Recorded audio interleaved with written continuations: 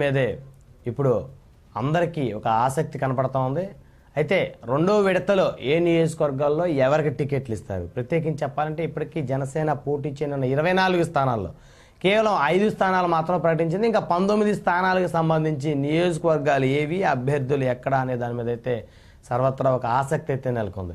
మొత్తం చూస్తే ఇటు తెలుగుదేశం, అదేవిధంగా తెలుగుదేశం జనసేన కూటమికి సంబంధించి సామాజిక సమీకరణాలు ఏ విధంగా పాటిస్తున్నారు? ప్రత్యేకించి చెప్పాలంటే ఆంధ్రప్రదేశ్ రాష్ట్రంలో అత్యధిక సామాజిక వర్గ ఓటర్లు కలిగి ఉన్న కాపు సామాజిక వర్గానికి రాష్ట్ర వ్యాప్తంగా ఎన్ని సీట్లు ఇచ్చేటువంటి అవకాశం ఉంటుంది? ఒక పక్క వైసీపీ సామాజిక సమీకరణాలు స్పష్టంగా అమలు చేస్తున్న పరిస్థితి కనపడుతూ ఉంటే ఇటు టీడీపీ జనసేన కూటమిలో ఆ పరిస్థితి లేదంటున్నారు రాజకీయ విశ్లేషకులు. అయితే ఈ ప్రభావం రానున్న ఎన్నికల మీద పడనుందా అనేటువంటి అంశాలు చర్చిద్దాం. ఇదే వాళ్ళ హాట్ టాపిక్లో మనతో పాల్గొనడం కోసం చందు శ్రీనివాస్ గారు రాజకీయ విశ్లేషకులు మనతోటి స్టూడియోలో అందుబాటులో ఉన్నారు. అదేవిధంగా గూడపాటి శ్రీనివాస్ గారు తెలుగుదేశం పార్టీ సీనియర్ నాయకులు మనతోటి జూమ్ కాల్ అందుబాటులో ఉన్నారు. అదేవిధంగా బొలిశెట్టి శ్రీనివాస్ గారు జనసేన పార్టీ సీనియర్ నాయకులు తాడేపల్లిగూడ నియోజకవర్గ ఇన్ఛార్జ్ మనతోటి జూమ్ కాల్ అందుబాటులో ఉన్నారు. అదేవిధంగా హనుమంత్ రెడ్డి గారు వైఎస్ఆర్ కాంగ్రెస్ పార్టీ సీనియర్ నాయకులు మనతో జూమ్ కాల్ అందుబాటులో ఉన్నారు. రైట్, ముందుగా చందు శ్రీనివాస్ గారితో మాట్లాడదాం, రాజకీయ విశ్లేషకులు. చందు గారు గుడ్ మార్నింగ్ అండి.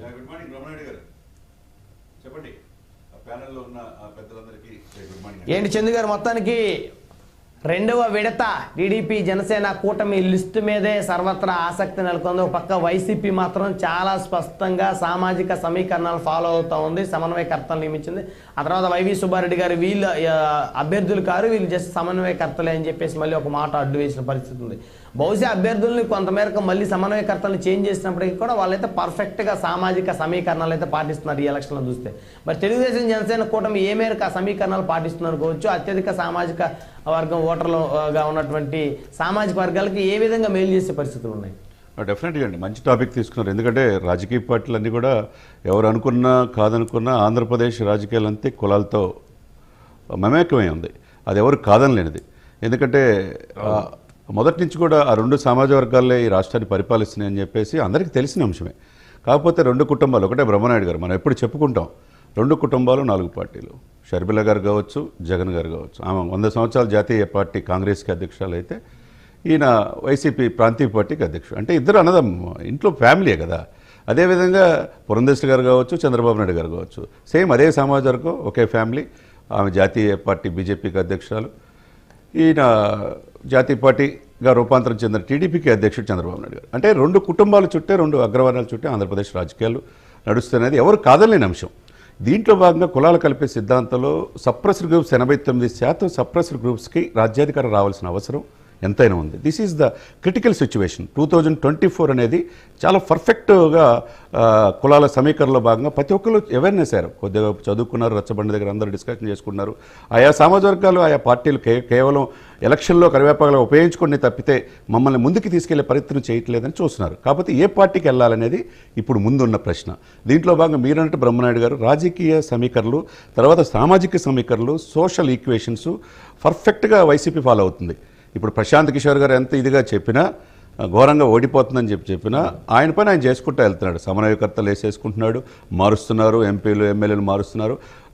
ఎప్పుడు లేని విధంగా కాపులకి విపరీతమైన పట్టిన. అంతకుముందు క్యాబినెట్లో 32 స్థానాలు ఇచ్చినా సేమ్ ఇప్పుడు ఇదే పరిస్థితిలో ఇంకా అంతకంటే ఎక్కువ ఇచ్చినా ఆశ్చర్యపడాల్సిన అవసరం లేదు. ఎందుకంటే ఇక్కడ ఏమవుతుంది, వాళ్ళ మైండ్ గేమ్లో భాగంగా ఇక్కడ ఎవరికి వాళ్ళు అగ్రనాయకుల్ని తిట్టుకునే పరిస్థితులు వస్తే, ఇప్పుడు ముద్రగడ్డ గారు తిట్టినా, జోయ్ గారు తిట్టినా, ఈ యొక్క ఒకళ్ళు తిరుపతి నుంచి తిడతారు, ఇంకొకరు ఒంగోలు నుంచి తిడతారు, ఇంకొకరు విజయవాడని తిడుతున్నారు. వీళ్ళకి అసలు తెలియదు. అంటే మొదటి నుంచి రాజకీయాలకి ఏంది, వాళ్ళు 68 సంవత్సరాలు ఏం చేశారు ఈ కులాలకి అనేది అందరికీ తెలిసిన అంశమే. అది బొలిశెట్టి గారికి కూడా తెలుసు. కాబట్టి ఇక్కడ ఏంటంటే ఒకళ్ళొకరు తిట్టుకోవడం కాదు ఇక్కడ కావాల్సింది. ఇప్పుడు మీకు ఓటు పోలరైజేషన్ కావాలి, ఓటు ట్రాన్స్ఫర్మేషన్ కావాలి. అనాదిగా వీళ్ళు కోరుకుంటుంది ఏందో తెలియాలి, ఎవరి ద్వారా న్యాయం జరుగుతుందో తెలియాలి. కాబట్టి కూటమిగా వెళ్తున్నప్పుడు జనసేన, టీడీపీ, బీజేపీ కలిసి వెళ్తున్నప్పుడు ఈ తిట్టడం ఆపేసి, పెద్దలను జోయ్ గారు కావచ్చు, ముద్రగడ గారు కావచ్చు, అది ఆపేసేయండి అక్కడ. ఇక్కడ దీంట్లో భాగంగా మీరు బలి కావద్దు. కొన్ని ఛానళ్ళు అయితే అదే పనిగా తిట్టడమే పరమావధిగా ఒక ఎల్లో మీడియా, ఇప్పుడు వాళ్ళు చంద్రబాబు నాయుడు గారికి మేలు చేస్తున్నారో లేదో తెలియదు కానీ అట్లా కూర్చోబెట్టి అదే పనిగా వాళ్ళ విశ్లేషకులు వాళ్ళ ఆ సమాజ వర్గాలు పెట్టి ఈ సమాజ వర్గాన్ని తిట్టేయటం ఏ విధంగా ఓటు పోలరైజేషన్ అవుతుంది. ఇక్కడ రాజ్యాధికారంగా దూరంగా ఉంటున్నా అదే ఇది ఇప్పుడు ఇది చూస్తా ఊరుకుండిపోయి చివరికి పవన్ కళ్యాణ్ గారు చెప్పారు, మీరు ఆ ట్రాప్లో ఇది కావద్దు. ఇది ఆసరాగా తీసుకుని వైసీపీ ముందుకెళ్ళే అవకాశం ఉంది. కాబట్టి ఇక్కడ పెద్దలను తిట్టడం మానేసేయండి, మీరేం చేస్తున్నారు అనేది ముందుకెళ్ళాలి. ఇప్పుడు వైసీపీ అంత తేలిగ్గా ఇప్పటికి కూడా జగన్మోహన్ రెడ్డి గారిని ఎదుర్కోవాలంటే ఇక్కడ ప్రతిపక్ష కూటమిలన్నీ ఏకం కావాలి, ఒక మాట మీద ఉండాలి. అంతేగాని మీరు కొట్టుకుంటే యువతలకు అవకాశం ఇచ్చే పరిస్థితి తీసుకురాకూడదు. ఎందుకు ఆంధ్రప్రదేశ్లో స్పెషల్ స్టేటస్ ఎందుకు తీసుకురాలేదు, రాజధాని ఎందుకు పూర్తి కాలేదు, చివరికి సచివాలయం కూడా 700 కోట్లతో ఆ రోజు చంద్రబాబు నాయుడు గారు పెట్టింది 350 కోట్లకి ఎందుకు హెచ్డిఎఫ్సి దగ్గర తనఖా పెట్టారు. ఈ సిచ్యువేషన్ చాలా ఉన్నాయి. ఎంప్లాయ్మెంట్ లేదు, లేకపోతే జాబ్ క్యాలెండర్ లేదు. సార్, తెలంగాణ నీళ్లు నిధులు నియామకాల పేరు ఏర్పడింది తెలంగాణ ఉద్యమం. ఏదైతే నీళ్లు లేవు, నిధులు లేవు, తర్వాత నియామకాలు లేవనే ఉద్దేశంతో కేసీఆర్ గారిని గద్దెదించారు. ఇప్పుడు చూస్తున్నాం. ఇప్పుడు పార్టీలు పక్కన పెడితే రేవంత్ రెడ్డి గారు నిన్న ప్రధానమంత్రి మోడీ గారితో మా స్నేహాస్తం అందిస్తా, ప్రాజెక్టులు పని చేయించుకుంటూ కొన్ని వేల కోట్ల రూపాయలు సెంట్రల్తో పని చేసుకుంటాం. ఆ విధంగా కూడా రాజకీయాలు అంటే ఎలక్షన్ వరకే రాజకీయాలు. ఇక్కడ సేమ్ అదే సిచ్యువేషన్స్ ఇప్పుడు వైసీపీకి ఒకవైపు షర్మిల గారు, ఒకవైపు సునీత గారు, రకరకాల పారామీటర్స్ ప్రభుత్వ వ్యతిరేకత ఉన్న ఈ సందర్భంలో ప్రతిపక్షాలు ఏంటంటే ఒక వ్యక్తిని టికెట్ ఇవ్వటం, ఆ వ్యక్తికి వద్దని చెప్పటం, రాష్ట్ర వ్యాప్తంగా ఇది అదే వ్యక్తిని తీసుకొచ్చి అనేక ఛానల్ ఇంటర్వ్యూలు పెట్టేసి ఒక చాలా గొప్ప వ్యక్తిగా చిత్రీకరించడం ఈ కాదు కావాల్సింది. ఇక్కడ ఏంటంటే ఉన్నదేంటి, ఏ విధంగా వెళ్ళాలి. మీరు అన్నట్టు రాయలసీమలో ఇంత బాగా చేస్తున్న జగన్మోహన్ రెడ్డి గారు రాయలసీమలో బలిజల్ని తక్కువ చూశాడు. అందుకని అరణ్య శ్రీనివాస్ అని చెప్పేసి మన ఉమ్మారెడ్డి గారికి వియంకులు అవుతాడు, రోషయ్య గారికి, ఆయన ఆ పార్టీని వదిలిపెట్టి ఇక్కడ జనసేనలో జాయిన్ అవ్వటం. అంటే సోషల్ ఈక్వేషన్స్లో భాగంగా బలిజలు ఆంధ్ర, తెలంగాణ ఈ యొక్క 3 ప్రాంతాల్లో కీలక, ముఖ్యంగా బలిజలు దాదాపు 54 కాన్స్టిట్యున్సీలు రాయలసీమలో ఉంటే 30 కాన్స్టిట్యున్సీలో వాళ్ళ ప్రభావం ఎక్కువ ఉంది. అప్ టు తిరుపతి, చిత్తూరు తీసుకోవచ్చు, రాజంపేట తీసుకోవచ్చు, పులివెందులు తీసుకోవచ్చు, కడప తీసుకోవచ్చు. కాబట్టి ఆయన రాయలసీమలో ఒకటి ఆ ఈక్వేషన్స్లో కొద్దిగా బలిజలను కొద్దిగా దూరం చేసుకున్నట్టుగా కనపడుతుంది. కాబట్టి ఇక్కడ ఎప్పుడు లేని బ్రహ్మనాయుడు గారు ఒక్కటే, కాపులు, తెలగలు, బలిజలు రాజ్యాధికారం కావాలనే ఇదిలో ఉన్నారు. మాకు ఎవరైతే రిజర్వేషన్స్ ఇస్తారో, మాకు ఆర్థికంగా ముందుకు ఎవరు తీసుకెళ్తారు, రాజకీయ ముందు ఎవరు తీసుకెళ్తారు అనేది ఆలోచిస్తున్నారు. ఈ ఈక్వేషన్స్లో ఒకరికొకరు తిట్టుకోవటం పక్కన పెట్టేసేసి ఇప్పుడు ఏం చేయాలి, బలమైన జగన్మోహన్ రెడ్డి గారు ఎదుర్కోవాలంటే మనం ముందుకి ఎలా వెళ్ళాలి, ఓటు ట్రాన్స్ఫర్మేషన్ వెళ్ళాలంటే ఎలా చేయాలి. ఇప్పుడు అద్భుతమైన అవకాశం ఉన్నది. 2.5 సంవత్సరాలు సీఎం అని చెప్పేసి పవన్ కళ్యాణ్ అనే మాట అంటే కనుక చాలా మంచి జరిగే అవకాశం ఉంది కూటమికి. అది అనే పరిస్థితులు టీడీపీ లేకపోతే కనుక ఒక ప్రశ్నే.